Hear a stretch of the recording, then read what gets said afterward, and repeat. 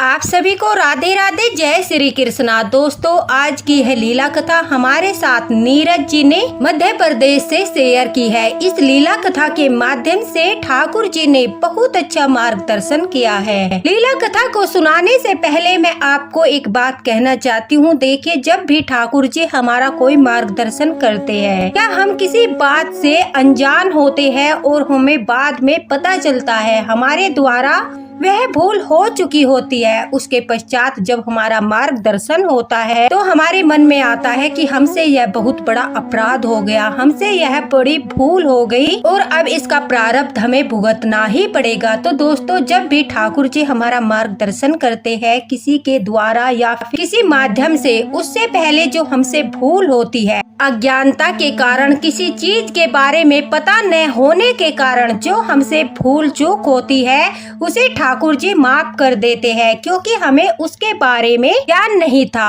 हमें उसके बारे में पता नहीं था, हमारा किसी ने मार्गदर्शन नहीं किया था। इस वजह से हमसे वह भूल हुई है और उस भूल के लिए, उस अपराध के लिए हम ठाकुर जी से जब क्षमा याचना करते हैं तो हमारे ठाकुर जी बहुत ही दयालु होते हैं, वो हमारे उस अपराध को माफ कर देते हैं। साथ ही साथ जो हमारी भूल चूक होती है, जाने अनजाने में हमसे जो अपराध होते हैं और हम लड्डू गोपाल की सेवा करते हैं, सेवा करते करते हम ठाकुर जी के एकादशी के व्रत भी करते हैं, तो ठाकुर जी की सेवा करने के कारण, एकादशी के व्रत करने के कारण हमारी वो छोटी छोटी भूल, हमारे वो अपराध ठाकुर जी माफ कर देते हैं। लेकिन अगर हमारा मार्गदर्शन होने के पश्चात, हमें अच्छी तरह से पता होने के बाद भी हम कोई गलती जानबूझकर करते हैं तो वो सेवा अपराध कहलाता है, यानी जानबूझकर किया गया अपराध। मान लीजिए कि हमारा किसी ने मार्गदर्शन किया या किसी के द्वारा आपको पता चला कि ठाकुर जी को प्याज लहसुन का भोग नहीं लगाया जाता,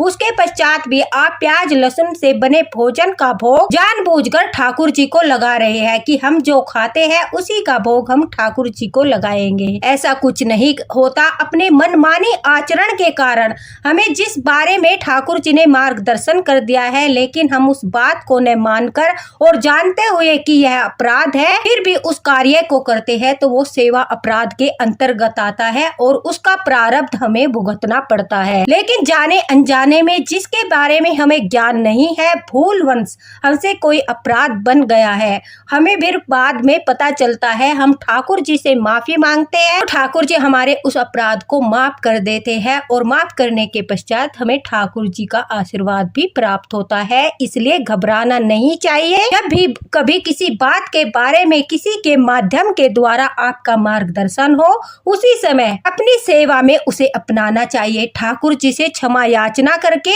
आगे के लिए यह संकल्प लेना चाहिए कि हम जीवन में दोबारा से यह भूल नहीं करेंगे। तो आज की लीला कथा में ठाकुर जी ने बहुत अच्छा मार्गदर्शन किया है। जो भी लड्डू गोपाल भक्त है, उन सभी के घरों में तुलसी माता यानी तुलसी जी का पौधा है। सभी लोग ठाकुर जी के भोग में तुलसी पत्र का प्रयोग करते हैं, तुलसी माता में दिया जलाते हैं, तुलसी माता की पूजा करते हैं। और हम सभी जानते हैं कि तुलसी माता जो है वो वृंदा है, वृंदा विहारिणी है, यानी राधा रानी की सखी भी है। तुलसी भोग के बिना तो हमारे ठाकुर जी जो है भोग स्वीकार ही नहीं करते। जो तुलसी सखी है ठाकुर जी की, से ठाकुर जी को बहुत ज्यादा प्रेम है। इसलिए अगर हम लड्डू गोपाल की सेवा करते हैं तो हमारे घर में तुलसी का पौधा होना भी अनिवार्य है। उसी तुलसी के पौधे को, तुलसी माता को लेकर जाने अनजाने में हमसे बहुत सारी भूल हो जाती है। इसके कारण से हमारे घर में धन की कमी होने लगती है, लेकिन ठाकुर जी की कृपा के कारण कभी न कभी मार्गदर्शन अवश्य होता। नीरज जी कहती है कि उनके घर में तुलसी जी का पौधा है,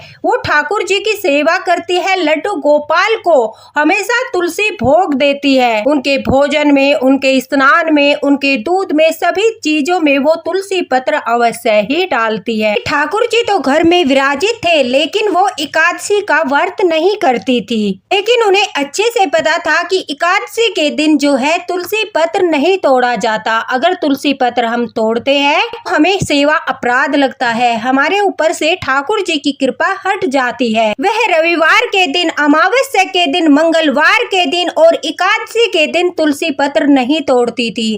ठाकुर जी को भोग लगाने के लिए वो पहले दिन ही तुलसी पत्र तोड़कर एक पात्र में रख लेती थी और उनका ऐसा करना बिल्कुल सही था, क्योंकि तुलसी पत्र जो होते हैं वो कभी भी बासी नहीं होते। अगर हमारे पास एक ही तुलसी पत्र है और किसी कारण से हमने तुलसी पत्र तोड़ना हम भूल गए हैं, ठाकुर जी के भोग में हम दोबारा से उसी तुलसी पत्र को धोकर रख सकते हैं। नीरज जी कहती है कि वो अक्सर उनकी आदत थी कि लड्डू गोपाल को भोग लगाने के पश्चात वो जो भी तुलसी दल जो होते थे वो भोग में इस्तेमाल करती थी, उन सब से चाय या दूध में डालकर स्वयं उन्हें ग्रहण करती थी, क्योंकि साबुत तुलसी पत्र उनसे निगला नहीं जाता था। और हम सब जानते हैं कि तुलसी पत्र को कभी भी चबाकर नहीं खाना चाहिए, बीच में से तोड़कर नहीं खाना चाहिए।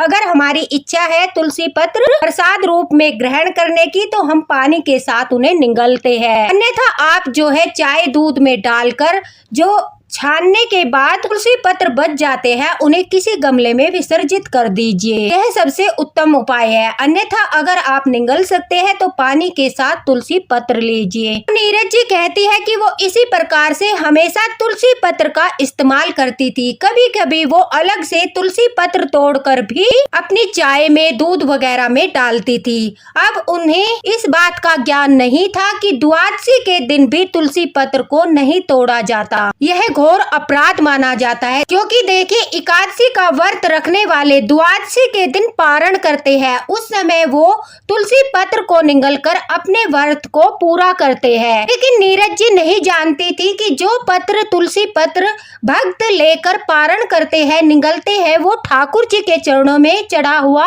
तुलसी पत्र होता है। वो अलग से तुलसी पत्र तोड़कर अपने व्रत का पारण नहीं करते। अब उन्हें ऐसा लगा कि जब दूसरे दिन सभी भक्त तुलसी पत्र से अपना पारण करते हैं, जब तुलसी पत्र एकादशी के दिन मनाई है तो द्वादशी के दिन कोई भी आपत्ति नहीं है। काफी बार वह कहती है उन्हें पता भी चला कि द्वादशी के दिन तुलसी पत्र नहीं तोड़ना चाहिए। जो तुलसी माता होती है, जो वृंदा सखी होती है, वो 2 दिन का व्रत रखती है विष्णु भगवान के लिए, एकादशी का और द्वादशी का। इसलिए द्वादशी के दिन भी तुलसी पत्र नहीं तोड़े जाते। अगर आप ठाकुर जी के भोग के लिए तुलसी पत्र तोड़ना चाहते हो तो आप दशमी के दिन संध्या होने से पहले एक पात्र में तुलसी पत्र भरकर रख लीजिए और एकादशी द्वादशी के दिन वही तुलसी पत्र आप इस्तेमाल करते हो। अपने व्रत का पारण करने के लिए ठाकुर जी के चरणों में जो तुलसी दल एकादशी के दिन चढ़ाया जाता है उसे निगल कर ही अपना व्रत खोला जाता है, अन्यथा आप ठाकुर जी को अन्न का भोग लगाकर उस भोग को प्रसाद के रूप में ग्रहण करके भी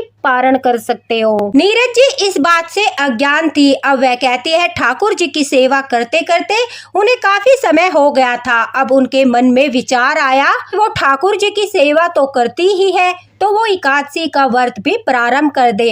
अब उन्होंने एकादशी का व्रत करना प्रारंभ कर दिया। एकादशी का व्रत करते करते एक बार उनके साथ एक घटना घटी। नीरज जी कहती है कि एकादशी के दिन उन्होंने तुलसी माता में न जल दिया और न ही पत्र को तोड़ा, लेकिन द्वादशी के दिन पारण करने के पश्चात जब वो ठाकुर जी को दोपहर के भोजन का भोग लगा रही थी उस समय उनके पास तुलसी पत्र नहीं था, इसलिए उन्होंने एकादशी के दिन दोपहर के समय ही तुलसी पत्र तोड़ लिए और ठाकुर जी को भोग लगाया। उसके पश्चात वह कहती है कि उनके मन में यह भाव भी आया कि काफी लोग कहते हैं द्वादशी के दिन तुलसी पत्र नहीं तोड़ना चाहिए, लेकिन फिर भी उन्होंने सोचा कि ऐसा कुछ नहीं होता, एकादशी के दिन ही तुलसी को नहीं स्पर्श करना चाहिए। और शाम के समय अपनी चाय बनाते वक्त भी उन्होंने तुलसी पत्र तोड़कर जो है अपनी चाय बनाकर ग्रहण की। उन्होंने एक नहीं 2 बार यह पाप किया, यह अपराध किया, जबकि बार बार ठाकुर जी उनकी ओर संकेत कर रहे थे। उनके मन में विचार आ रहा था, तो यह जानबूझकर किया गया अपराध था। अब नीरज जी कहती है कि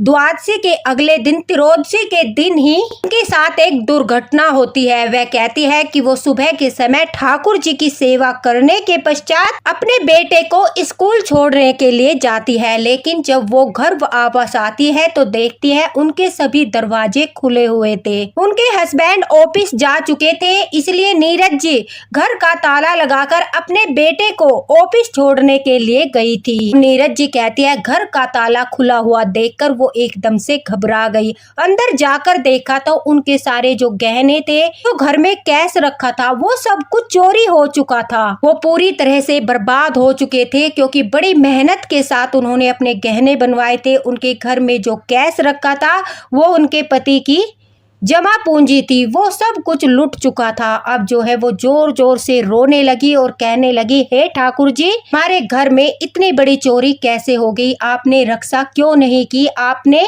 मुझे कोई संकेत क्यों नहीं दिया? ठाकुर जी, मैं आपकी सेवा करती हूँ। वो बार बार ठाकुर जी से प्रार्थना कर रही थी, हे ठाकुर जी कृपा कीजिए, हे ठाकुर जी कृपा कीजिए, कृपा करके मार्गदर्शन कीजिए। मुझे क्या अपराध हुआ है? मुझे क्या भूल हुई है? किस कारण से, किस कर्म का फल मुझे मिला है? हमारी सारी जमा पूंजी, हमारी मेहनत का सारा पैसा, सारे जेवरात हमारे चोरी हो गए। हे ठाकुर जी, आपको ही पता है, आप ही साक्षी हो। नीरज जी कहती है कि उनके पति बहुत परेशान थे, वो भी बहुत ज्यादा परेशान थी। चोरों का कोई पता नहीं चल रहा था। वो ठाकुर जी से प्रार्थना करती है, उनके पास जाकर बैठती है, उनसे कहती है, हे ठाकुर जी, मुझे मेरे किस कर्म का यह प्रारब्ध भुगतना पड़ रहा है?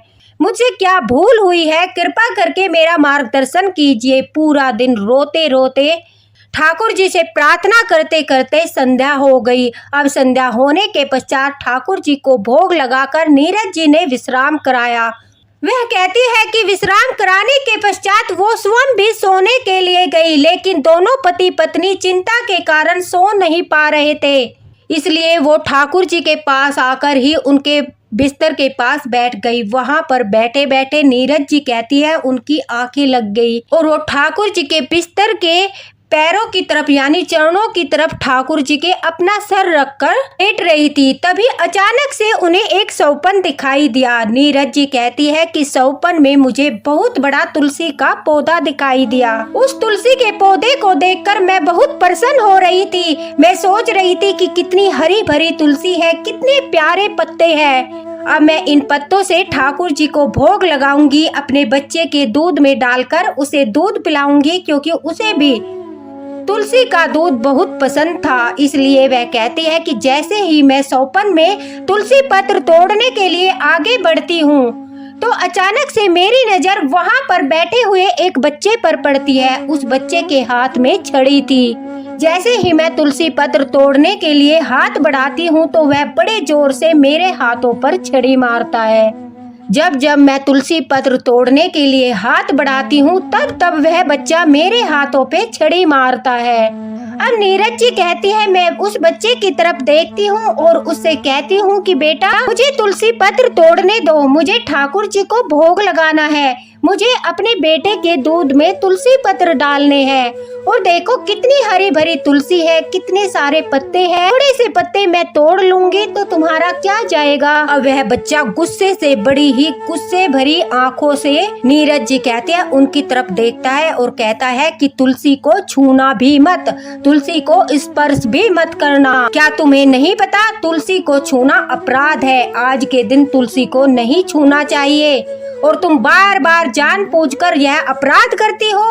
तुम जानबूझकर तुलसी पत्र तोड़ती हो और फिर कहते हो कि मेरे घर में चोरी हो गई, लक्ष्मी माता मुझसे नाराज हो गई, हमारे सारे घर की लक्ष्मी घर से बाहर चली गई। तुम जानबूझकर सेवा अपराध करती हो, उसके पश्चात फिर मुझसे शिकायत करती हो। आगे से ऐसा अपराध मत करना। यह कहते ही नीरज जी कहते हैं अचानक से घबरा कर उनकी आंखें खुलती है और वो सौकम के बारे में सोचने लगती है। वह उठकर वह सबसे पहले ठाकुर जी से क्षमा याचना करती है और कहती है, हे ठाकुर जी, शायद तुलसी माता को लेकर मुझसे कोई घोर अपराध हो गया है, जिस कारण से मेरे ऊपर इतना बड़ा संकट आया है। अब नीरज जी कहते हैं उनकी एक सखी भी लड्डू गोपाल की सेवा करती है। तुरंत से उन्होंने उसे फोन लगाया और सौपन के बारे में बताया। तब उनकी सखी ने भी नीरज जी का मार्गदर्शन करते हुए कहा कि देखो, कभी भी एकादशी द्वादशी के दिन तुलसी को स्पर्श नहीं करना चाहिए। क्या तुम द्वादशी के दिन तुलसी पत्र तोड़ती हो? क्योंकि द्वादशी के पश्चात त्रयोदशी के दिन तुम्हारे घर में चोरी हुई है। और फिर ठाकुर जी का सौपन में आना, इस तरह की बातें करना,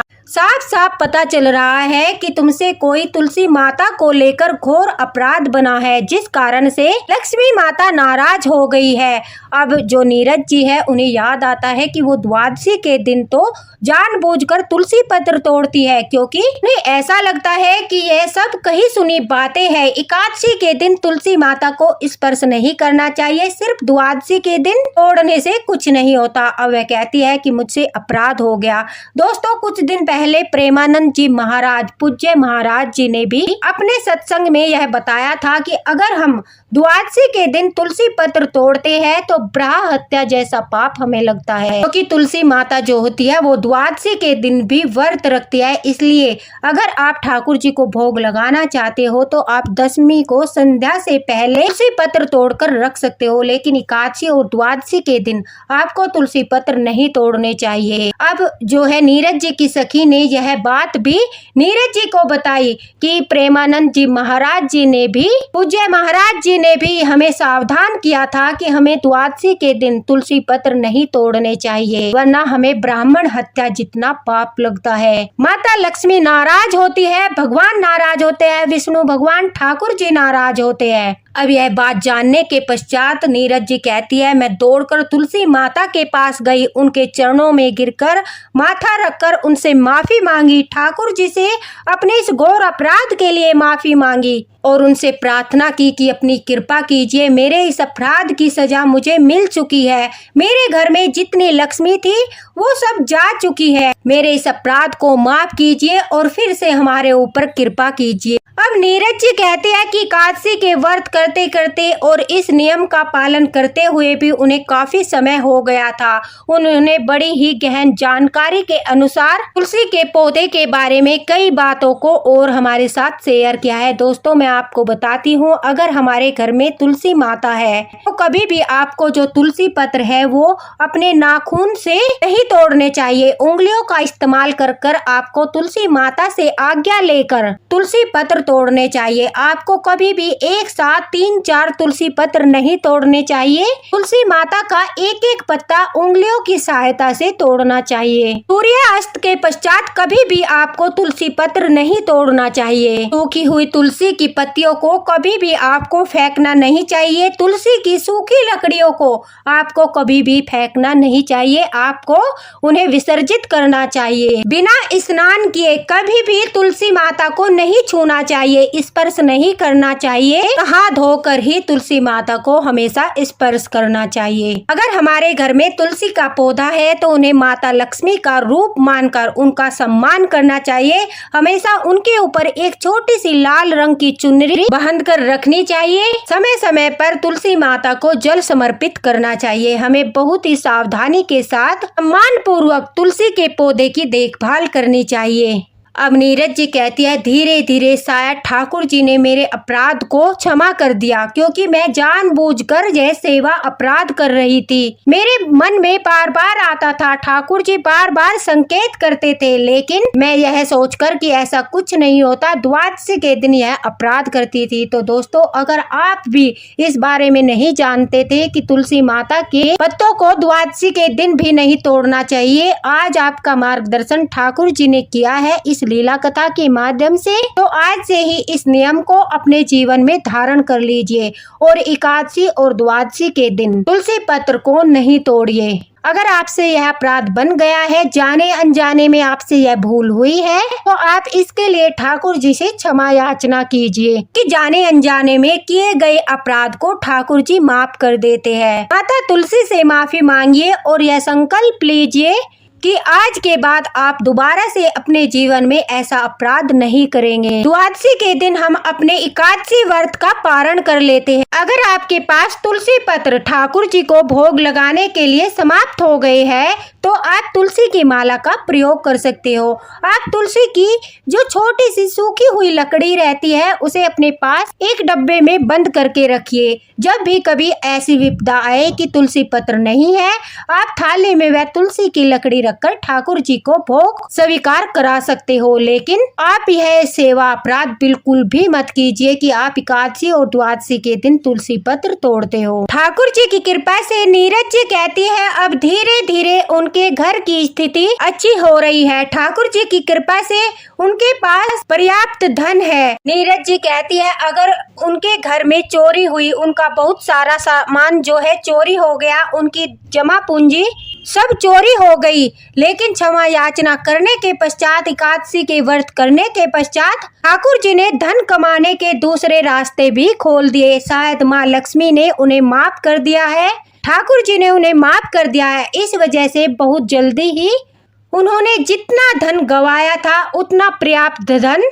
फिर से संचित कर लिया है, और यह सब ठाकुर जी की ही कृपा है। अगर आपसे कोई सेवा अपराध हो गया है, जाने अनजाने में कोई भूल चूक आपसे हो गई है, तो डरिए मत, घबराइए मत। आप ठाकुर जी से प्रार्थना कीजिए, हे ठाकुर जी, जाने अनजाने में अज्ञानतावश मुझसे यह अपराध बना है, अब आपने मेरा मार्गदर्शन किया है तो मैं अपने जीवन में इस अपराध को दोबारा से नहीं करूँगा या करूँगी। इस तरह से ठाकुर जी हमारे द्वारा जाने अनजाने में किए गए सेवा अपराध को माफ कर देते हैं। तो दोस्तों, बहुत ही प्यारी लीला कथा थी जिसके माध्यम से ठाकुर जी ने बहुत अच्छा मार्गदर्शन किया है। इस लीला कथा को ज्यादा से ज्यादा शेयर कर देना ताकि सभी लड्डू गोपाल भक्त यह सेवा अपराध करने से बच जाए, ठाकुर जी की कृपा प्राप्त करे, माता लक्ष्मी की कृपा प्राप्त करे। साथ ही साथ द्वादशी आने वाली है, द्वादशी से पहले यह वीडियो हर लड्डू गोपाल भक्त तक पहुँच जाए, शायद ठाकुर जी की यही इच्छा है। अगर आप कुछ पूछना चाहते हो तो कमेंट बॉक्स में पूछ सकते हो। दोस्तों, इसी के साथ राधे राधे, हरे कृष्णा। मिलते हैं अगले वीडियो में अगले मार्गदर्शन के साथ, जिसमें ठाकुर जी